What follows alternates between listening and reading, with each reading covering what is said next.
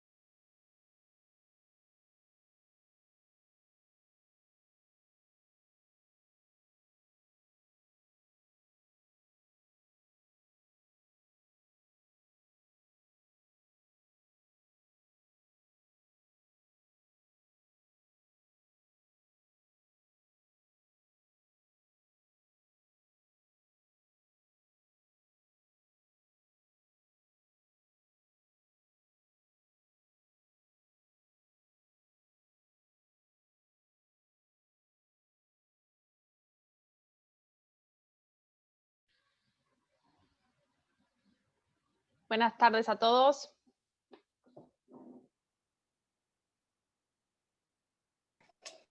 Buenas tardes.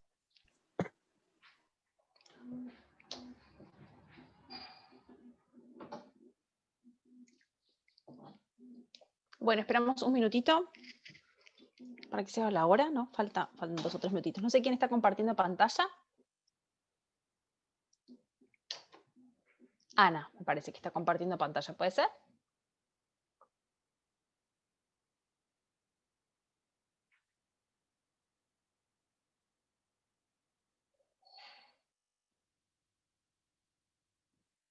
Gracias. Bueno, ¿estamos en horario? Falta un minuto. Esperamos un minutito y empezamos con aceptación de la herencia. ¿Cómo les va? ¿Cómo están ustedes? ¿Bien? Bien. Bien, muy bien. Me alegro mucho. Ya con ganas de que termine todo, chicos. Yo por lo menos, ustedes me imagino que también es lo mismo. Que termine todo, que termine los Zoom, tiraría todo por la ventana. Pero bueno, nada, último esfuerzo.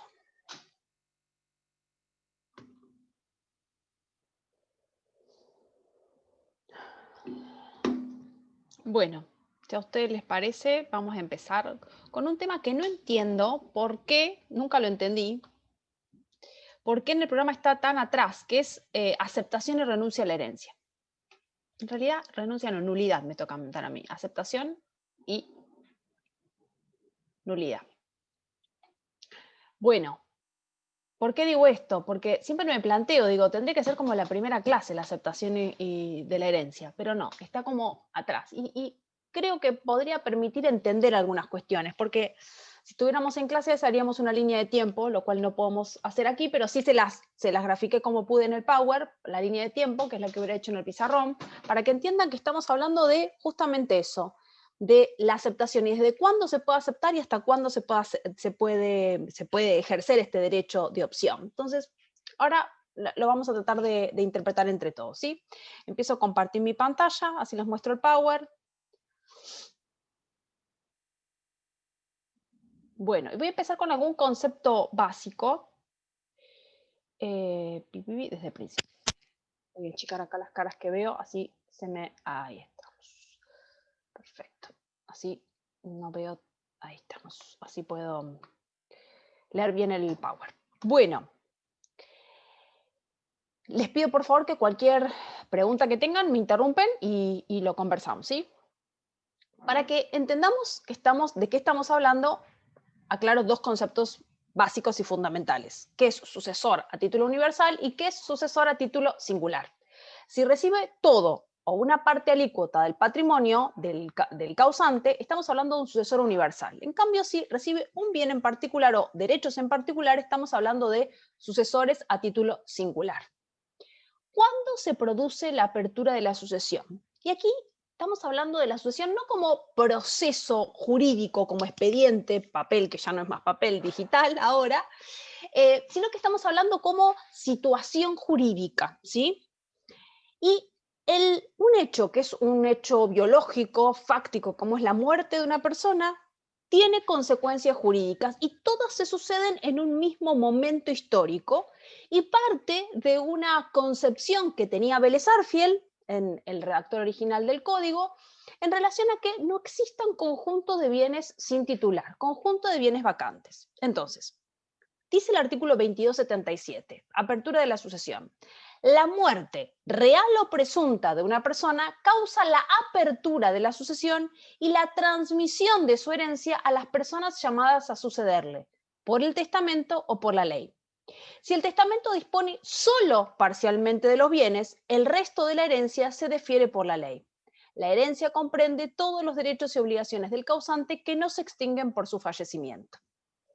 Y lo tenemos que entender, este artículo con el 2280. Desde la muerte del causante, los herederos tienen todos los derechos y acciones de aquel de manera indivisa, con excepción de los que no son transmisibles por sucesión y continúan en la posesión de lo que el causante era poseedor. Si están instituidos bajo condición suspensiva, están en esa situación a partir del cumplimiento de la condición, sin perjuicio de las medidas conservatorias que corresponden. En principio responden por las deudas del causante con los bienes que reciben o con su valor en caso de haber sido enajenados. Entonces, la conjunción de estos dos artículos me dicen que todo se produce en el mismo momento. La muerte, la transmisión de los bienes hereditarios se produce en el mismo momento jurídico. Claramente esto es una ficción, vuelvo a decir, que tiene raigambre en la redacción de Vélez, en la cual traía incomodidades pensar que existen un conjunto de bienes sin titular. ¿Por qué? Por las consecuencias jurídicas, por la seguridad jurídica que esto trae aparejado. Entonces, ¿qué pensó Vélez? Vélez pensó, rey muerto, rey puesto, fallece una persona y automáticamente aquellos que tienen vocación hereditaria, y fíjense que todavía no hablo de herederos, hablo de personas con vocación hereditaria, llamados a una vocación hereditaria, son los dueños de esos bienes. Entonces, fíjense acá lo que les digo, la apertura, la delación, y fíjense que acá empezamos a utilizar conceptos que tal vez, o palabras, no conceptos, palabras que hasta ahora no teníamos tan utilizadas en nuestro vocabulario. Delación es la transmisión, ¿sí? Entonces, la apertura de la sucesión, la delación de la herencia, la transmisión y la adquisición de la herencia se produce todo en un mismo instante histórico, que es la muerte real o presunta del causante. Una ficción, pero así sucede.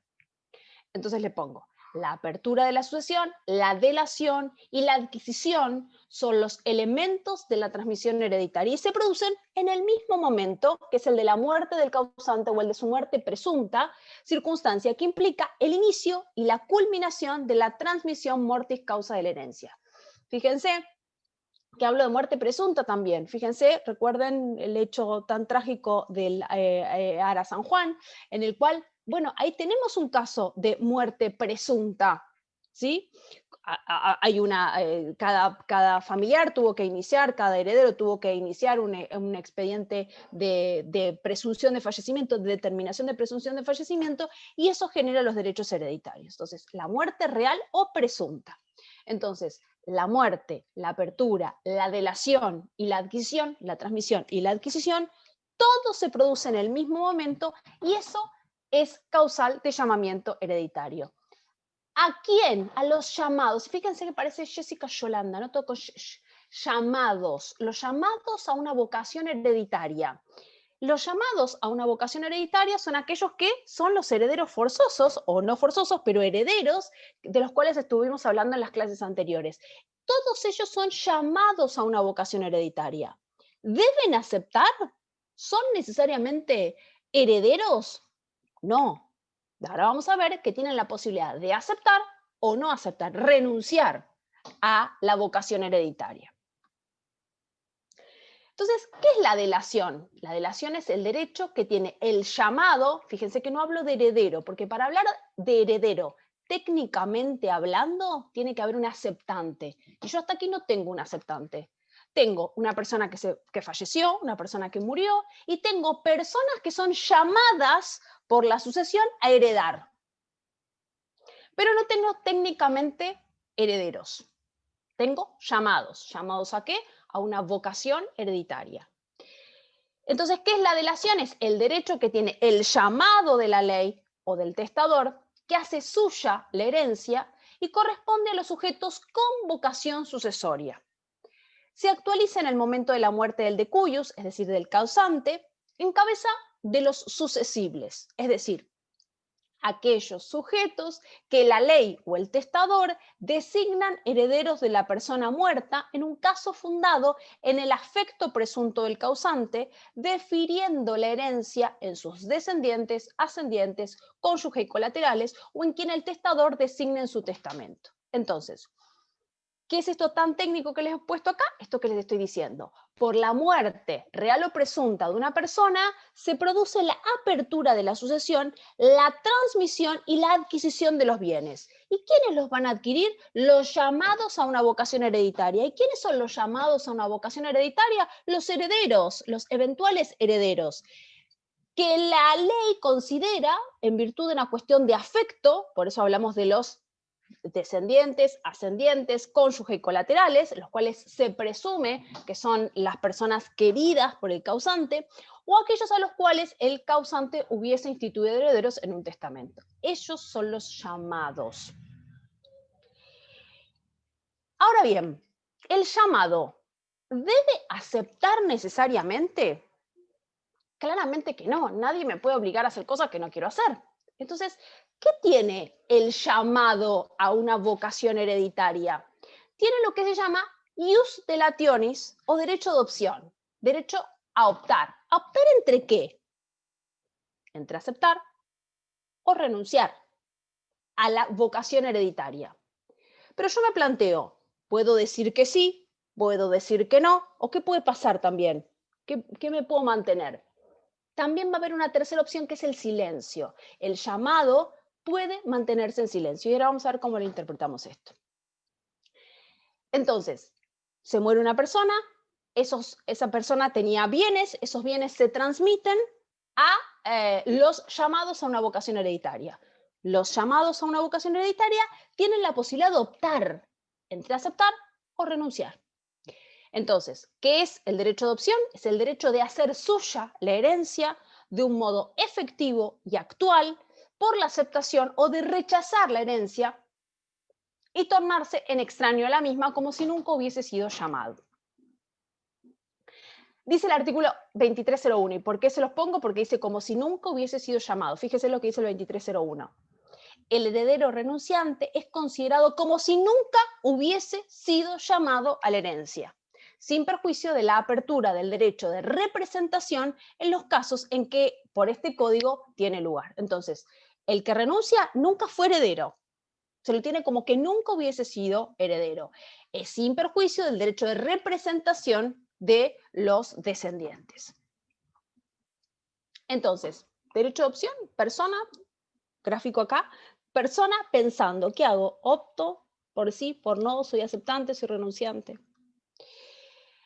¿Qué es el derecho de opción? Es la facultad que se le reconoce al heredero presuntivo y al legatario también de elegir entre aceptar o renunciar. ¿Y a qué les introduzco esta tercera opción?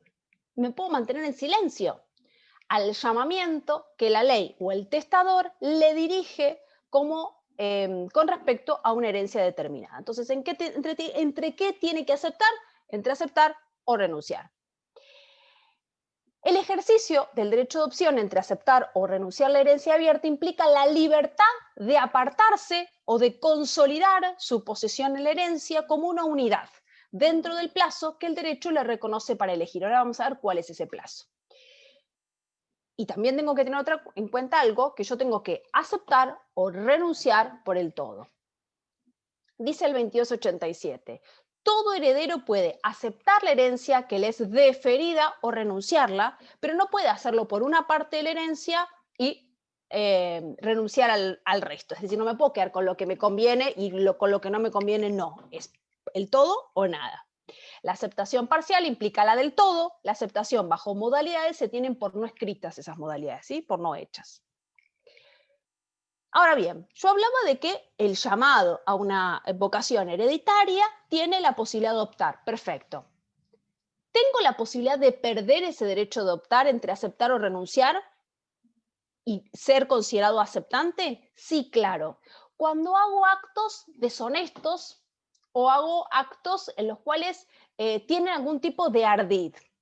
El heredero que oculta o sustrae bienes de la herencia es considerado aceptante con responsabilidad ilimitada, y aquí le ponemos negrito subrayado de neón, pierde el derecho de renunciar, o sea, es aceptante con responsabilidad ilimitada, pierde el derecho de renunciar y no tiene parte alguna en aquello que ha sido objeto de ocultamiento o sustracción. En el supuesto de que no pueda restituir la cosa, debe restituir su valor, estimado al momento de la restitución. Entonces, fíjense qué grave, ¿no? Aquel llamado, aquel heredero que oculta o sustrae bienes, pierde la posibilidad de optar, se lo considera como aceptante y con responsabilidad ilimitada, lo cual es gravísimo porque respondo con mi patrimonio personal si el patrimonio del causante no es suficiente para pagar sus deudas. Y en tercer lugar, pierde el derecho sobre las cosas que hubiese ocultado o sustraído. Las consecuencias son gravísimas. Entonces, aquí se los puse en el resumen. ¿Cómo lo considero? Un aceptante con responsabilidad ilimitada pierde la responsabilidad limitada, porque ahora vamos a ver que todo aceptante se entiende, el aceptante del Código Civil y Comercial se entiende o se presume que es con responsabilidad limitada. Intra vires hereditatis, lo vamos a ver en unos minutitos. ¿Y qué sí significa eso? Significa que yo respondo a las deudas del causante con los bienes que recibo, no con mi patrimonio personal. En cambio, si sustraigo o oculto bienes, pierdo esa facultad, pierdo esa posibilidad y respondo ilimitadamente. Y debe restituir las cosas que hubiese sustraído u ocultado. Y si no puede restituir la cosa, tiene que restituir su valor, estimado al momento de la restitución, y no tendrá parte en lo que hubiese sustraído u ocultado. ¿Cuándo se responde con los bienes propios? Fíjense que yo les dije que la regla es que yo respondo con los bienes que recibo. ¿Cuándo, aparte del supuesto de ocultar o sustraer bienes, cuándo respondo con mis bienes propios? Respondo con los bienes propios por el pago de las deudas del causante y cargas de la herencia. ¿El heredero qué? 2 puntos. A. No hace el inventario en el plazo de 3 meses desde que los acreedores o legatarios lo intiman judicialmente a su realización. B. Oculta fraudulentamente los bienes de la asociación omitiendo su inclusión en el inventario. C. Exagera dolosamente el pasivo. Aquí hay una acción. D. Enajena bienes de la asociación excepto que el acto sea conveniente y el precio obtenido ingrese a la masa. Entonces, aquel que oculta o sustrae bienes responde con los bienes propios. Aquel que no hace el inventario en el plazo establecido responde con los bienes propios. Aquel que oculta bienes, omite, responde con los bienes propios. Aquel que exagera el pasivo responde con los bienes propios. Y aquel que enajena bienes sin autorización responde con el patrimonio propio, salvo que hubiese sido conveniente para la asociación. Pero salvo estas excepciones, la responsabilidad es limitada. Ahora bien, este derecho de opción, ¿se puede transmitir a mis herederos? Grafíquense, un causante que fallece, se abre en relación a sus llamados, a su vocación hereditaria, se abre el derecho de opción. Ahora bien, fallece el llamado del causante. Este a su vez transmite a sus llamados el derecho de opción.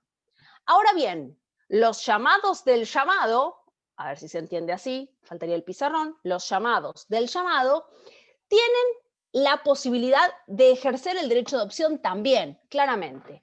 Ahora, si el llamado del llamado no puede aceptar la del causante y no la del llamado por el cual se origina su vocación hereditaria. ¿Se entiende? Si yo acepto por el llamado y por el causante, y si renuncio por el llamado y por el causante. Espero que se entienda, si no, me dicen, por favor. Esto lo dice el artículo 2290. Si el heredero fallece, causante, heredero. Si el heredero fallece, el llamado, si el heredero fallece sin haber aceptado ni renunciado la herencia, el derecho de hacerlo se transmite a sus herederos. Si estos no se ponen de acuerdo en aceptar o renunciar la herencia deferida a su causante, los que la aceptan adquieren la totalidad de los derechos y obligaciones que le corresponden a este. El que acepta, acepta por el todo. La renuncia de la herencia del causante fallecido sin aceptar ni renunciar una herencia a él deferida implica también la renuncia a esta. Es decir, si yo acepto por el todo. Y si yo renuncio a la del heredero, también estoy renunciando a la herencia del causante. ¿Se entiende? Entonces, el derecho de opción es transmisible a sus herederos y si no se ponen de acuerdo, los que aceptan, aceptan por el todo.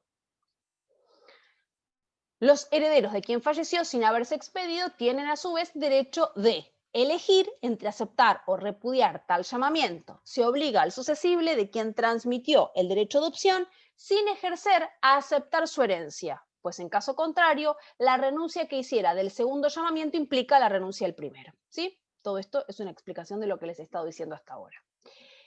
Ahora bien, ejercido el derecho de opción entre aceptar o renunciar, cualquiera de las dos opciones, ya sea la aceptación o la renuncia, tiene efecto retroactivo al momento de la apertura de la sucesión, que es el momento de ¿qué? Es la muerte, es el momento de la muerte del causante. Y fíjense que aquí es otra aplicación del principio que quiso instaurar Vélez en relación a que no existan conjuntos de bienes sin titular. Entonces, y esto evidentemente para trasladarlo a la seguridad jurídica. Si renunciaste, renunciaste siempre. Y si sos aceptante, aceptaste siempre. Entonces, tiene efecto retroactivo al momento de la apertura de la sucesión. Dice el 2291, el ejercicio del derecho de opción tiene efecto retroactivo al día de la apertura de la sucesión.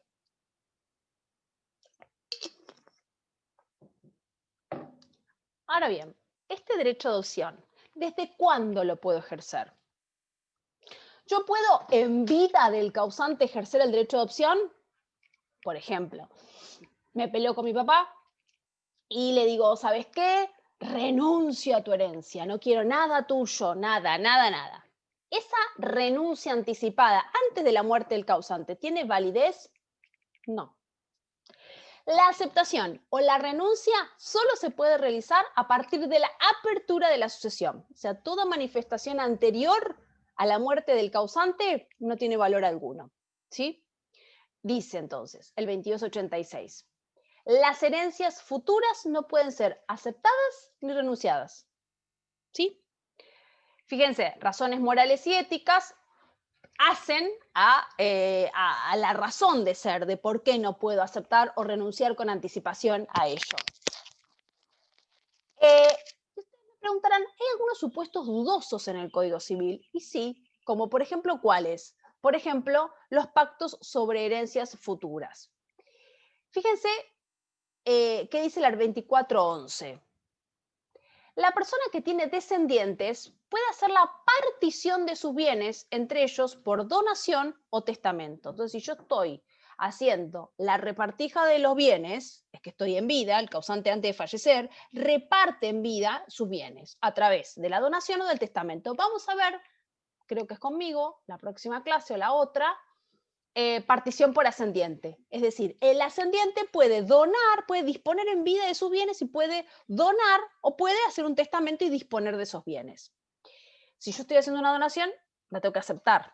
Entonces estaría en parte disponiendo sobre los bienes futuros. Si es casada, la partición de los bienes propios debe incluir al cónyuge que conserva su vocación hereditaria. La partición de los bienes gananciales solo puede ser efectuada por donación mediante acto conjunto de los cónyuges. Entonces, se reitera que en el Código Civil, antes de la apertura de la sucesión, no hay transmisión, ni heredero, ni quien tenga derecho sucesorio alguno del que se pueda disponer o aceptar o repudiar. Este es el principio, ¿sí? Pero sí es posible hacer la partición por ascendiente, es decir, que el causante puede en vida disponer de sus bienes, donando o disponiendo en cláusulas testamentarias. Pero yo les decía, hay supuestos que dan cierta duda en relación a esta prohibición de que no se pueden aceptar o repudiar herencias futuras, ¿no? La del 2286, este principio tan tajante, parecería que hubiere dudas, como por ejemplo esta, la partición por ascendiente, y el artículo 1010. Fíjense qué dice. La herencia futura no puede ser objeto de los contratos ni tampoco pueden ser los derechos hereditarios eventuales sobre objetos particulares, excepto lo dispuesto en el párrafo siguiente u otra disposición legal expresa. Vamos a leer el segundo párrafo del 1010, que no la tengo que poner en rojo porque no leo nada. Los pactos relativos a una explotación productiva o a participaciones societarias de cualquier tipo, con miras a la conservación de la unidad de la gestión empresarial o a la prevención o solución de conflictos, pueden incluir disposiciones referidas a futuros derechos hereditarios y establecer compensaciones en favor de otros legitimarios. Estos pactos son válidos, sean o no parte del futuro causante y su cónyuge, si no afectan la legítima hereditaria, los derechos del cónyuge ni los derechos de terceros. Nunca más lo pongo en rojo, no leo nada. Entonces, ¿qué es esto de los pactos relativos a una explotación productiva? La verdad es que tiene que ver con las empresas de familia. Las empresas de familia suelen ser un problema, sobre todo después del fallecimiento del creador de la empresa. Entonces, en vida, el dueño de la empresa, de la explotación productiva, puede disponer qué parte le corresponde a cada uno de ellos o qué actividades se va a encargar cada uno de ellos, sin que esto afecte, por supuesto, la legítima o la porción legítima. Pero sí podría, porque conoce el negocio, porque conoce las características de su familia y porque sabe que es más beneficioso o que podría llegar a traer inconvenientes, puede repartir en vida o puede distribuir para después de su muerte cómo va a ser esa explotación productiva. Entonces, son supuestos en los cuales, si bien la regla es que no se pueden aceptar o renunciar, sí hay supuestos en los cuales el ascendiente puede disponer, ya sea por donación o por herencia, y puede disponer de una explotación productiva o puede hacer pactos para después de su muerte. Bien, entonces yo puedo ejercer el derecho de adopción desde un momento. La línea de tiempo empieza en un momento. ¿Cuál es ese momento? La apertura. ¿Que la apertura qué coincide? ¿Qué hechos coinciden? Un hecho fáctico, un hecho de la naturaleza, como es la muerte de una persona, y un hecho jurídico, que es la apertura de la sucesión. Bien, ese es el momento en el cual, a partir de cuándo yo puedo ejercer mi derecho de adopción. Perfecto. Ahora, ¿hasta cuándo puedo ejercer mi derecho de adopción? Esta línea de tiempo tiene un tiempo, una finalización, que son 10 años. 10 años desde la muerte del causante. En el Código de Vélez, el plazo era de 20 años. Se redujo a la mitad en el Código Civil y Comercial. Entonces, ese plazo, desde el día de la muerte del causante hasta los 10 años posteriores a la muerte del causante, puedo ejercer mi derecho de adopción, dice el 2288. El derecho de aceptar la herencia caduca a los 10 años de la apertura de la sucesión. Punto. El heredero que no la haya aceptado en ese plazo es tenido por renunciante. Es decir, pasaron los 10 años y yo puedo aceptar o renunciar. Perfecto. Y si me mantengo en silencio, ¿cómo me considero? El heredero que no haya aceptado en este plazo es tenido por renunciante. Es decir, el que se haya mantenido en silencio se lo reputa renunciante. El plazo para las personas llamadas a suceder en defecto de un heredero preferente que acepte la herencia y luego es excluida de esta corre a partir de la exclusión. Es decir, su derecho de adopción nace a partir de aquí sus 10 años para ejercer su derecho de adopción. Entonces, esta interpretación es distinta de la interpretación que hacía Vélez en el 33 viejo 3313 y en la nota del 3313. Antes, se presumía que el que se mantenía en silencio interpretaba el silencio. Con esta idea de que no podía haber conjunto de bienes sin titular, si había un solo heredero y se mantenía en silencio, se lo reputaba aceptante.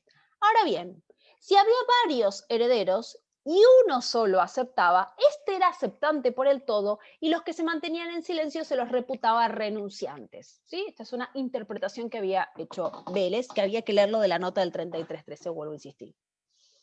Ahora bien, la redacción actual del Código Civil dice: pasaron los 10 años y vos te mantuviste en silencio y la verdad que me está manifestando, me está dando la sensación de que vos no tenés mucho interés de aceptar los bienes del causante. Por lo tanto, si te mantenés en silencio, se te va a reputar como renunciante.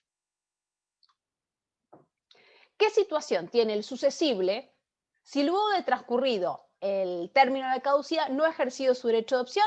Se lo reputa como renunciante. Y si es renunciante, recuerden que yo había leído hace un tiempito el 2486, si no me equivoco, ¿cómo se reputa el renunciante? Como si nunca hubieses existido, no existís, no estás, nunca fuiste llamado a una sucesión, nunca fuiste heredero. Sos un extraño a la sucesión. Como si nunca hubiese sido llamado a la herencia, extraño a la sucesión. Bien. Por lo tanto, estamos en esta línea de tiempo que tiene un origen, que es la muerte del causante, y tiene una finalización, que son los 10 años. Perfecto. Ahora bien, ¿qué consecuencias tiene aceptar o renunciar? ¿Qué consecuencias patrimoniales tienen? Y muchas. Fíjense que yo soy un pelagato, tengo solo deudas en mi patrimonio y voy a heredar la sucesión de Rockefeller o de Franco Macri. Y la verdad es que va a modificarse mi situación económica. ¿Y eso qué significa? Va a significar que mis acreedores van a poder cobrar. Entonces, si yo pienso, ¿este lapso de 10 años es corto o es largo? Y claramente es largo 10 años. Entonces, ¿qué existe? Existe la posibilidad de intimar al llamado a la sucesión, al llamado a una vocación hereditaria, a que ejerza su derecho de opción. ¿Sí? Fíjense el 2289. Intimación, aceptar o renunciar. Cualquier interesado puede solicitar judicialmente que el heredero sea intimado, aceptar o renunciar a la herencia en un plazo no menor de un mes ni mayor de 3 meses, renovable una sola vez por justa causa. Transcurrido el plazo sin haber respondido la intimación, fíjense que acá, otra vez, negrito subrayado, se lo tiene por aceptante. Fíjense que es distinta a la reputación que les hice recién. Recién les dije que si pasaban los 10 años y yo no había ejercido mi derecho de opción, se me reputaba como renunciante. Ahora bien, si me intiman a ejercer mi derecho de opción y me mantengo en silencio, aquí es distinta la interpretación que le da el Código Civil y Comercial. Se reputa como aceptante. La intimación no puede ser hecha hasta pasado 9 días de la muerte del causante, sin perjuicio de que los interesados soliciten las medidas necesarias para resguardar sus derechos. Si el heredero ha sido instituido bajo condición suspensiva, la intimación solo puede hacerse una vez cumplida la condición. Entonces, ¿cuándo inicia la línea de tiempo? Con la muerte del causante. ¿Cuándo termina? A los 10 años de la muerte del causante. ¿Me pueden intimar a que yo ejerza mi derecho de opción entre el día 0 y los 9 años y 11 meses? Sí, claro. ¿Me pueden intimar? Sí. Me pueden intimar a ejercer mi derecho de opción. Y si me mantengo en silencio, me van a reputar aceptante. ¿Mm? Bueno, aquí se los traduje. Intimación judicial, si se mantiene en silencio, en este caso, fíjense, se reputa aceptante. ¿Quiénes son los terceros interesados?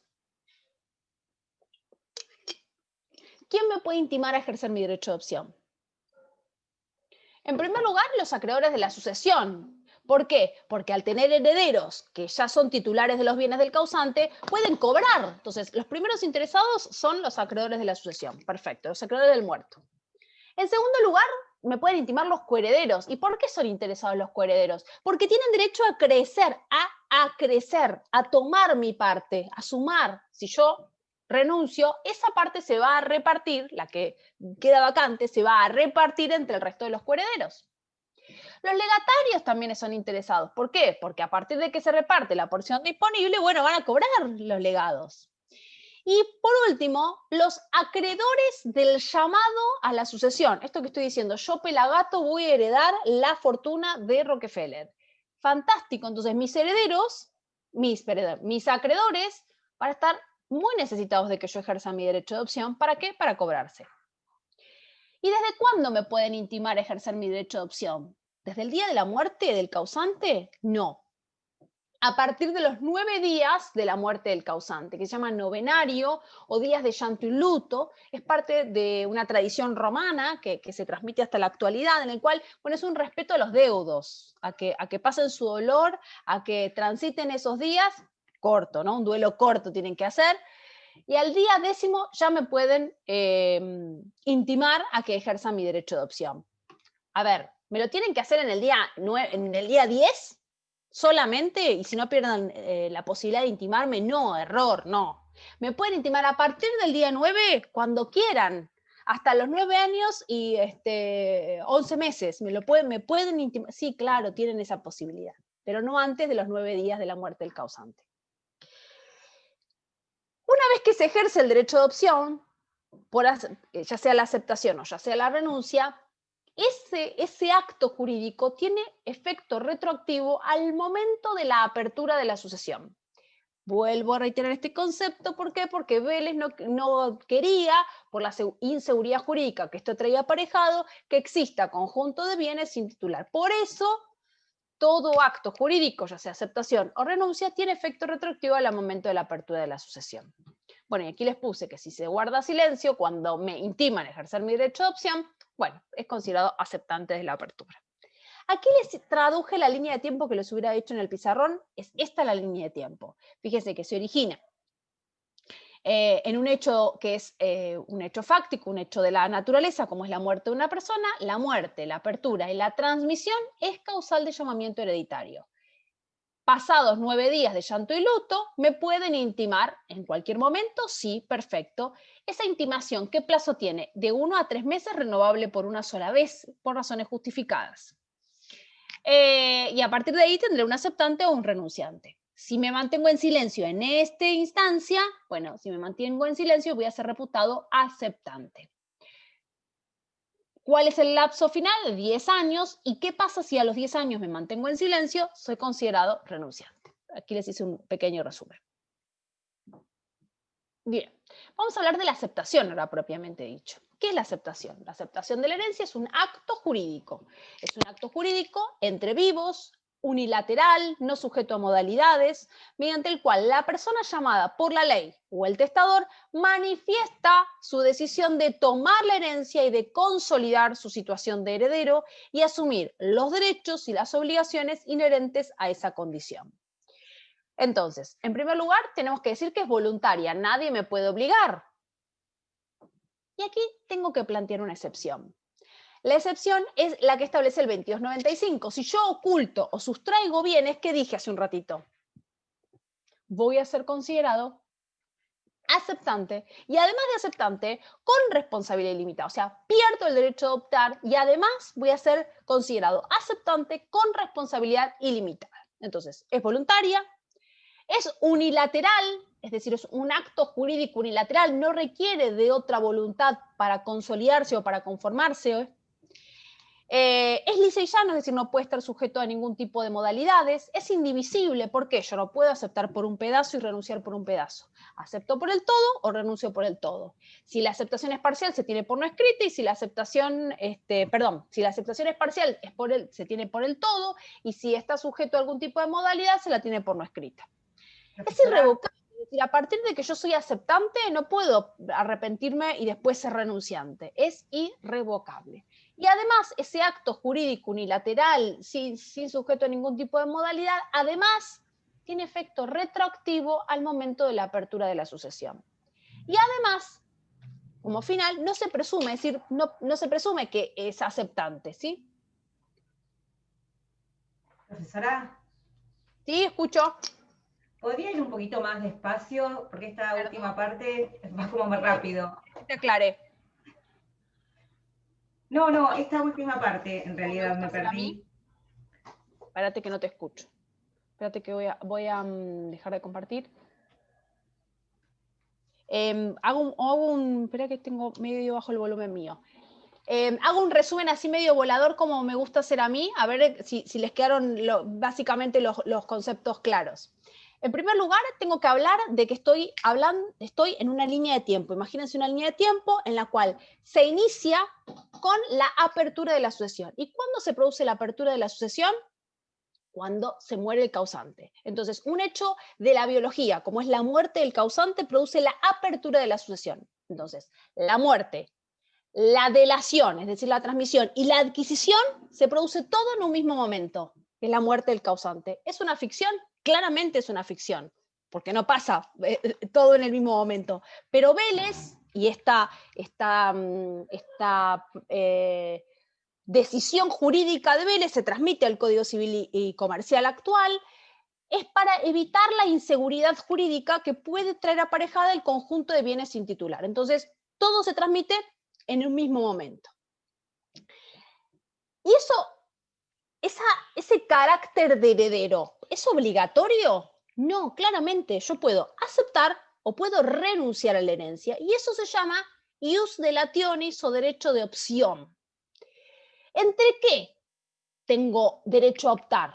Entre aceptar y renunciar.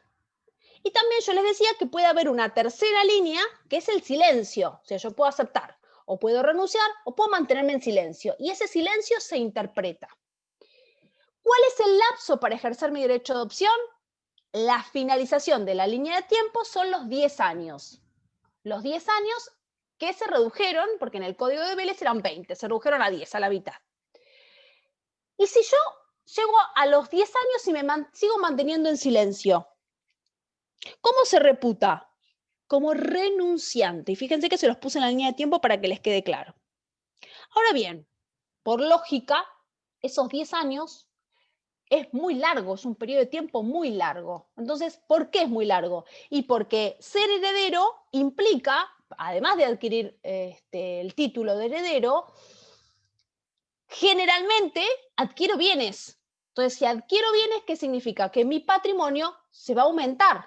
Y entonces, ¿a quién le va a afectar? ¿A quién le va a interesar que aumente mi patrimonio? A mis acreedores, entre otros. Entonces, esos 10 años es muy extenso. Entonces, ¿me pueden intimar a que yo ejerza mi derecho de opción antes de los 10 años? Sí, claro que sí.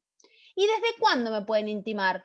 A partir de los 9 días del fallecimiento del causante, que se llama 9 días de llanto y luto, digamos, ¿sí? Entonces, se muere el causante, pasan 9 días y a partir de esos 9 días me pueden intimar.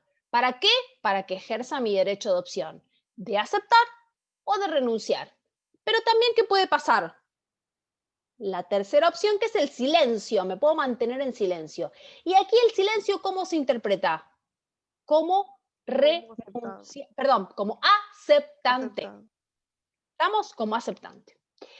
¿Quién me puede intimar? Me puede intimar primero los acreedores del causante. ¿Por qué? Porque de esa manera van a tener contra quién ir a cobrar. Los coherederos, ¿por qué? Porque si yo renuncio, el resto de mis coherederos pueden acrecer, es decir, pueden tomar, se pueden repartir ese pedazo que era mío. Los legatarios, porque los legados se van a repartir a partir de que se protege la porción disponible, la porción legítima. Y obviamente, ¿quiénes? Los acreedores del llamado, los acreedores del vivo, que va a heredar del heredero, también están interesados en que yo ejerza mi derecho de opción. ¿Por qué? Porque mi patrimonio se incrementa, ¿sí? Bueno, y hasta acá llegamos, ¿no? Ese fue el resumen volador. Parecía mucho, pero eso es todo lo que dije, ¿sí? Bien. Vuelvo a compartir mi pantalla. Bien, ¿quién puede aceptar? ¿Qué capacidad? Hasta acá habíamos llegado, ¿no? Bien, bueno, y las características del acto jurídico de aceptación, que los estuvimos viendo hasta recién, me parece que eso no representa dificultad. ¿Quién puede ser heredero? ¿Qué capacidad tengo o debo tener para ejercer el acto de la aceptación? Toda persona humana tiene el goce de ser titular de derechos y deberes jurídicos. Bastará que exista al momento de la muerte del causante. Entonces dice el 2279, ¿quiénes pueden suceder? Las personas humanas existentes al momento de la muerte, es decir, las nacidas al momento de la muerte, las concebidas en ese momento, que nazcan con vida, es decir, a la muerte del causante, si estaba concebida, también es heredero, bajo condición de que nazca con vida, la condición de la viabilidad. Tercero, las nacidas después de la muerte mediante técnicas de reproducción humana asistida con los requisitos previstos en el 561. D, las personas jurídicas existentes al tiempo de su muerte y las fundaciones creadas por su testamento. Las posibilidades de ejercer por sí mismas sus derechos es un derecho de toda persona humana. La capacidad de aceptar por sí el llamamiento requiere de capacidad de ejercicio. Es decir, titular, ¿quién puede? Todos, persona humana es sujeto de derechos. Ahora, en el ejercicio estará el tema, en el ejercicio del derecho de aceptar estará el tema de la posibilidad. Por lo tanto, las personas humanas pueden por sí, pero si no tienen capacidad de ejercicio, ¿por quién lo van a hacer? Por sus representantes, ¿sí? Que en el caso de que sean menores de edad, ¿quiénes van a ser? Sus progenitores o sus representantes legales. En el caso de ser personas que tengan limitación en su capacidad, a través de sus curadores. Se puede ejercer la aceptación a través de, con poder, fíjense, dice el 375. Las facultades contenidas en el poder son de interpretación restrictiva. ¿Esto qué quiere decir? Que el poder tiene que decir específicamente facultades de aceptar o repudiar herencias. ¿Hay alguien más que me quiere decir algo? ¿Que voy un poco más lento? ¿Me escuchan? No, a mí se me había tildado todo, no sé si a mí sola, pero Bien. no la escuché lo último. más A o mí no menos. se me tildó. No sé si fui yo sola. Bueno, no, entonces lo que decía es eso, digamos, como capacidad, toda persona humana tiene derecho y capacidad para ejercer. Ahora hay que ver cuál es la capacidad de ejercicio. Eso lo vamos a complementar con quién lo va a hacer. Si estamos hablando de personas menores de edad, ¿quién va a ejercer esa representación? Los progenitores o representantes legales. Si fuesen personas con capacidad restringida, serán sus curadores o sus asistentes o su sistema de apoyos. En el caso de tutores, también en el caso de las personas que no tuviesen sus progenitores. ¿Podría otorgarse un poder para aceptar o repudiar herencias? Sí, pero tiene que ser un poder especial. Específicamente tiene que decir el poder o tenemos que apoderar a la persona para aceptar o repudiar herencia. No puede ser un poder general, tiene que ser un poder especial. ¿De acuerdo? Bien. Bueno, aquí en personas incapaces, aquí se los puse en un resumen, que lo tienen que hacer a través de sus representantes, tutores. Aquí lo que se los dije oralmente, aquí se los dejé en la filmina. Bien, ¿qué pasa con las personas concursadas y fallidas? ¿Pueden aceptar o repudiar las herencias? Dice el artículo 111 de la Ley de Quiebras, ¿no? El fallido puede aceptar o repudiar herencias o legados. En caso de aceptación, los acreedores del causante solo pueden proceder sobre los bienes desapoderados después de pagados los del fallido y los gastos del concurso. La repudiación solo produce sus efectos en lo que exceda del interés de los acreedores y los gastos íntegros del concurso. En todos los casos, actúa el síndico en los trámites del sucesorio en que esté comprometido el interés del concurso. Entonces, a ver, ¿podré renunciar? No, primero los interesados, mis acreedores, yo estoy concursado, se van a cobrar. Podré renunciar o podré repudiar lo que no corresponda al pago de los acreedores. ¿Se dan cuenta? Pero yo con esto voy a asegurar el pago de mis acreedores, de mis deudas. ¿Pueden aceptar las personas jurídicas? Sí, claro. Las fundaciones son personas jurídicas que se constituyen con una finalidad de bien común sin propósito de lucro, mediante el aporte patrimonial de una o más personas destinadas a hacer posibles sus fines. Para existir como tales, requieren necesariamente constituirse mediante instrumento público y solicitar y obtener autorización del Estado para funcionar. Y si el fundador es una persona humana, puede disponer su constitución por acto de última voluntad. Esto es que son las fundaciones, ¿no? Sí pueden claramente, lo tendrá que establecer su estatuto también. ¿Qué formas tienen la aceptación? Entonces, hasta ahora en la primera parte hablamos de la línea de tiempo, la segunda parte hablamos de qué es la aceptación, dimos su definición, dimos sus características y estamos hablando quién puede ejercer la aceptación, quién puede ejercer el acto jurídico, qué capacidad tengo que tener para ejercer la aceptación.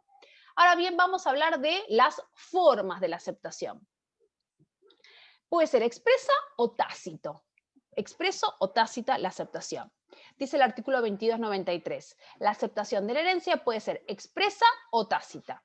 Es expresa cuando el heredero toma la calidad de tal en un acto otorgado por instrumento público o privado. El clásico ejemplo es el inicio de un escrito de sucesión. Yo, Silvina Álvarez Ferrari, mi calidad de heredera de fulano de tal, estoy tomando posesión de. En cambio, es tácito si otorga un acto que supone necesariamente su intención de aceptar y que no puede haberlo realizado sino en calidad de heredero.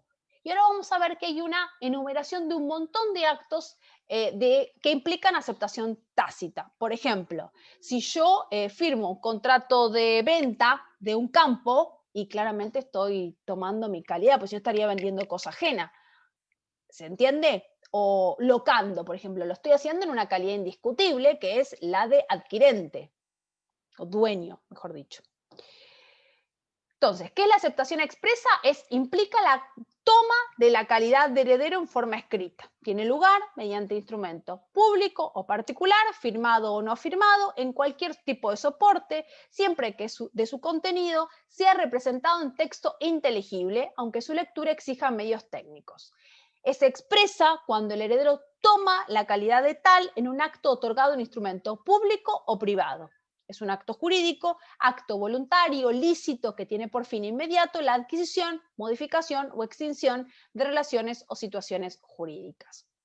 Ahora bien, ¿cuándo es tácita? Cuando el heredero otorga un acto que supone necesariamente su intención de tomar la calidad de heredero, que no puede haber realizado sino en calidad de heredero, dice el 2293. Entonces, ¿cuáles son las dos condiciones?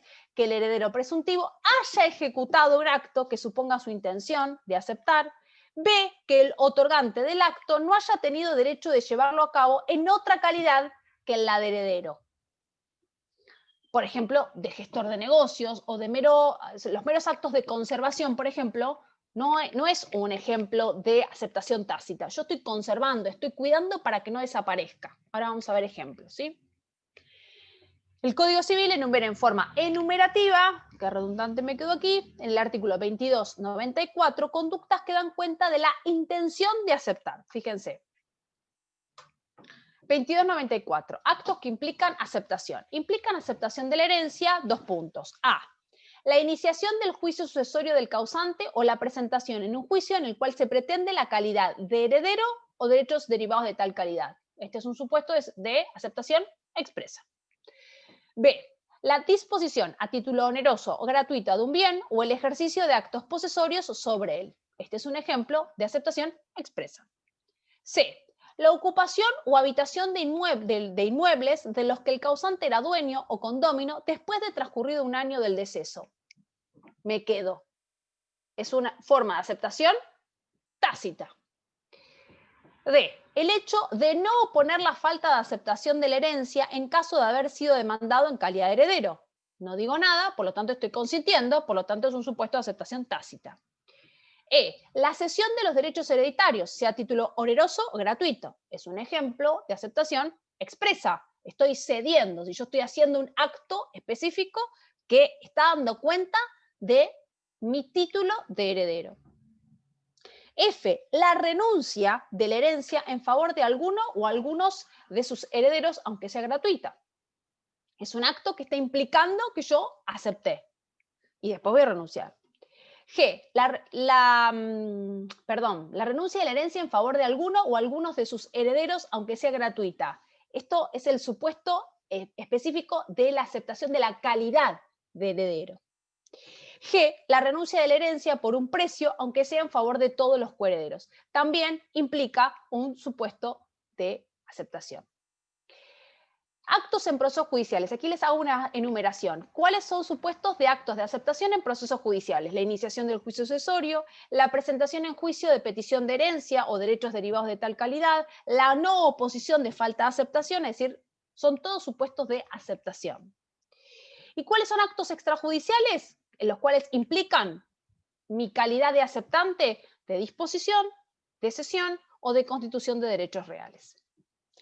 ¿Qué actos no implican aceptación? Los actos meramente conservatorios no implican la adquisición de la calidad de heredero. Los actos conservatorios, los actos de supervisión, la administración provisional. Levantar una cosecha no necesariamente me está implicando que yo soy aceptante. Puedo ser administrador, puedo ser mandatario, puedo ser arrendador, pero no necesariamente puedo ser aceptante. Dice el 2296, no implican aceptación de la herencia los actos puramente conservatorios de supervisión o de administración provisional, así como los que resultan necesarios por circunstancias excepcionales y son ejecutados en interés de la sucesión. B. El pago de los gastos funerarios y de última enfermedad, los impuestos adeudados por el difunto, los alquileres y otras deudas cuyo pago es urgente. Esto tiene que ver con una cuestión ética o moral, pero no necesariamente con adquirir la calidad de heredero. C. El reparto de ropas, documentos personales, condecoraciones y diplomas del difunto, recuerdos de familia, hecho con el acuerdo de todos los herederos. D. El cobro de las rentas de los bienes de la herencia si se emplean en los pagos a que se refiere el inciso B o se depositan en poder de un escribano. E. La venta de bienes perecederos efectuados antes de la designación del administrador si se da el precio el destino dispuesto en el inciso D de este artículo. Es decir, esto que les digo, levantar la cosecha, vender las manzanas porque si no se pudren, no necesariamente estoy adquiriendo la calidad de heredero. D. En caso de no poder, bien, F. La venta de bienes cuya conservación es dispendiosa o son susceptibles de desvalorización o desvalorizarse rápidamente, si se da el precio, el destino dispuesto en el inciso D. En los tres últimos casos, el que ha percibido las rentas o el precio de las ventas queda sujeto a las obligaciones y responsabilidades del administrador de bienes ajenos. Y es interesante este último párrafo porque señala cómo va a responder, por su acción o su omisión, pero como administrador. ¿Qué efecto trae aparejado la aceptación? En primer lugar, consolida mi calidad de heredero, pierdo irrevocablemente la posibilidad de repudiar la herencia.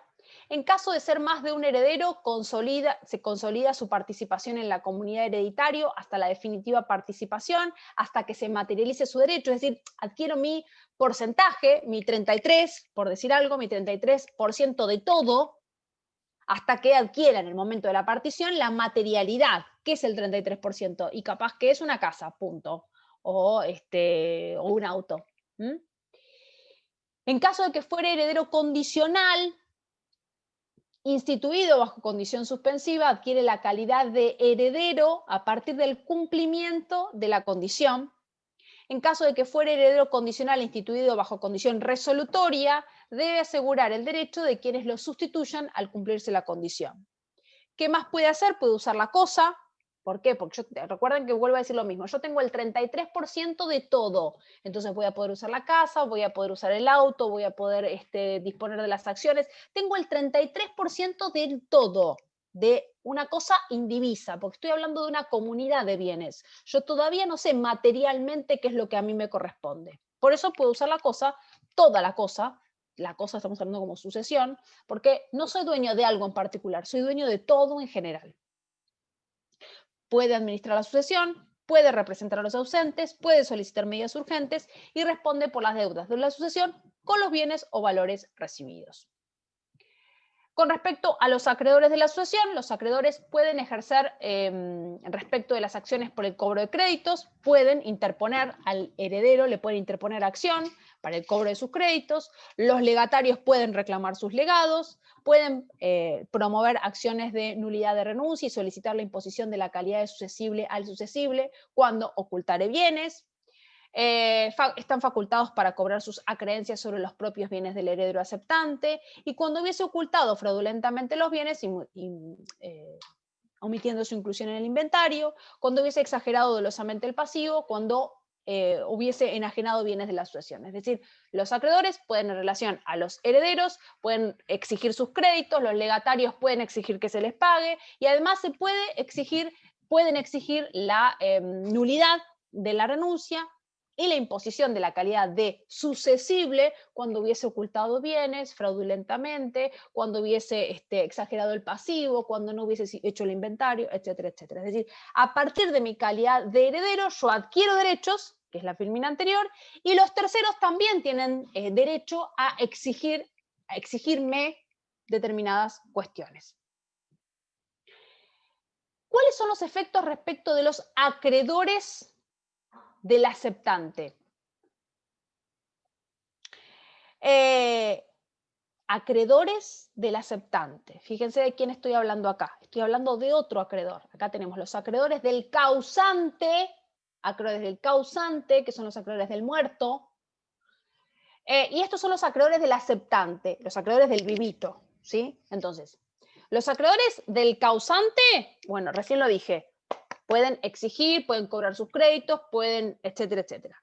Los acreedores del aceptante, los acreedores del vivo, solo van a poder tener participación en lo que yo recibo una vez que estén saldadas las cuentas de la sucesión. Y pónganle que me mantuviera en silencio. El vivito se mantuviera en silencio y no ejerciera su derecho de opción, o no activara o no se presentara o no ejerciera sus derechos conforme corresponda. Fíjense que los acreedores pueden hacerse autorizar judicialmente para aceptar la renuncia en nombre de su deudor cuando éste hubiere renunciado en perjuicio de ellos. Es decir, el vivo, el heredero del causante que renuncia o que no ejerciera su derecho de opción puede subrogarse en sus derechos para cobrarse, pero no va a subrogarse en su calidad de heredero, no. Va a subrogarse en sus derechos patrimoniales y solo tiene derecho hasta el porcentaje que debe cobrarse y no más que eso, no puede acrecer. El derecho a crecer, a cobrar, a tomar el resto, digamos, no le corresponde porque no tiene la calidad de heredero, solo tiene derechos patrimoniales. Y además, los acreedores del aceptante tienen prioridad en el cobro sobre los acreedores hereditarios y los legatarios respecto de los bienes del heredero por los créditos originados antes de la apertura de la sucesión y por los créditos originados después concurren a prorrata con los acreedores del causante. ¿Qué quiere decir esto? Ustedes imagínense, no sé si cursaron sucesiones, pero es como si fuera un concurso de bienes. Se muere el causante. ¿Quién puede cobrar en primer lugar? ¿Qué les parece? Evidentemente, los acreedores del muerto pueden cobrar primero sobre los bienes del difunto. ¿Estamos de acuerdo? Sobre lo que queda, los acreedores del aceptante podrán cobrar. Ahora bien, ¿qué pasa? Los acreedores del muerto podrán ir sobre los bienes personales del aceptante. Y en primer lugar, no. ¿Quién se va a cobrar de los bienes del aceptante, los bienes personales del aceptante? Sus acreedores personales. ¿Sí? Salvo que hubiese una responsabilidad ilimitada. Por eso acá dice, tienen prioridad los acreedores del aceptante, tienen prioridad en el cobro sobre los acreedores hereditarios y los legatarios respecto de los bienes del heredero. ¿Se entiende esto? Les quiero ver un poco las caras. Alicia, ¿se entiende esto? Usted que está con... Fíjese, ¿qué quiero decir con esto? Es un concurso de bienes. Esperen, que voy a sacar la detenido la función de compartir. Vamos a sacar esto. Es como si fuera un concurso de bienes. ¿Cómo cobran los acreedores? En primer lugar, fíjense, si yo tengo sobre los bienes del muerto, ¿quién va a cobrar primero? Los acreedores del muerto. ¿Estamos? Bien. Sobre mis bienes personales, yo vivo, el aceptante, el heredero, primero, sobre mis bienes personales, ¿quién va a cobrar primero? Mis acreedores. Mis acreedores. ¿Está? Entonces, sobre los bienes del muerto, primero van a cobrar los acreedores del muerto. Lo que sobra pasa a mi patrimonio personal y sobre eso sí van a poder tener acceso mis acreedores personales. ¿Se entiende eso? ¿Sí? Una vez que se incorporaron al patrimonio de... Exactamente, personal del heredero. ¿Estamos? Sí. Bien, perfecto. Seguimos adelante entonces.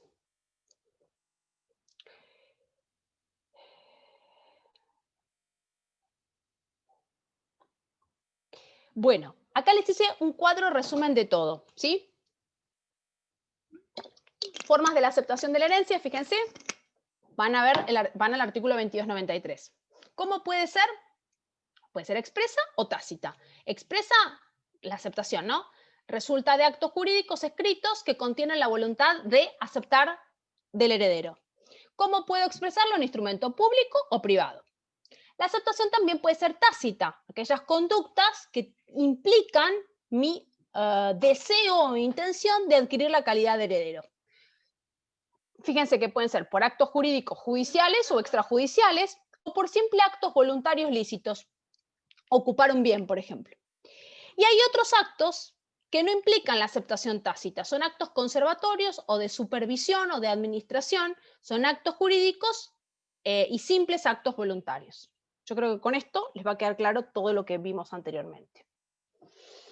Si yo estoy hablando de que la aceptación es un acto jurídico, tengo que hablar de la nulidad del acto jurídico, aceptación.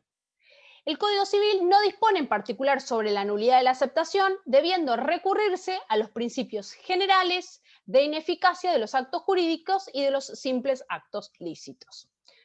¿Cuáles son las causales de nulidad? Primero, la inobservancia de las formas previstas por la ley. En segundo lugar, la falta de formalidades para suplir la incapacidad del heredero. Y en tercer lugar, los vicios del consentimiento. Esto son los términos generales de los principios de nulidad que también hemos visto en clases anteriores, ¿sí? No hay mucho más para decir en relación a esto. Simplemente tienen que saber que es un acto jurídico que puede estar afectado por la inobservancia de las formas que establece la ley, por la inobservancia de las formas de suplir la incapacidad del heredero o por cualquier vicio del consentimiento. Dolo, error o violencia. ¿Se entiende hasta aquí? Sí. Este es el contenido Sí. de la clase, ¿sí? Hoy veíamos aceptación y veíamos nulidad de la aceptación, ¿sí? Me parece que con los cuadros que les hice al final hizo como un resumen y permite que ustedes lo... Es un tema bastante sencillo. Sugiero que esta parte la lean bastante el código.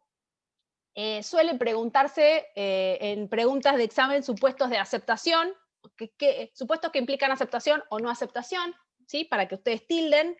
Así que les sugiero que esos artículos los lean con bastante detenimiento, ¿de acuerdo? ¿Cuáles son los plazos? El plazo es 10 años para ejercer el derecho de opción. Y fíjense que estoy hablando, porque tal vez empiezan a mezclar, porque después van a ver qué es el inventario y el avalúo. Lo que yo estoy hablando acá es ejercer el derecho de opción. Fíjense que el plazo máximo son 10 años. ¿Me pueden intimar? Sí. ¿En qué plazo me tengo que expedir para ejercer mi derecho de opción? De 1 a 3 meses, prorrogable por una vez más. Pero van a ver en otra clase, que no recuerdo si la doy yo o no, que después yo tengo la obligación en determinados supuestos de hacer un inventario. Pero ahí yo cuando hablo de inventario ya estoy hablando de un aceptante. Es en otra instancia. Y si yo estoy hablando de inventario, estoy hablando de proceso judicial digital, papel, lo que era antes, proceso adelante de un juzgado. Yo todo lo que dije hasta acá no es necesario la existencia de un proceso judicial, salvo la intimación. Si estoy hablando de la intimación, voy a necesitar un marco de un proceso judicial. ¿Se entiende? Hago como resumen. ¿Cuándo se produce la apertura de la sucesión?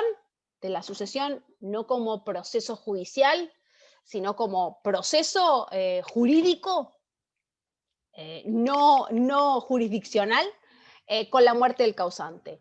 La muerte del causante, la transmisión y la adquisición de los bienes se producen en el mismo momento. ¿A quiénes? A los llamados a una vocación hereditaria.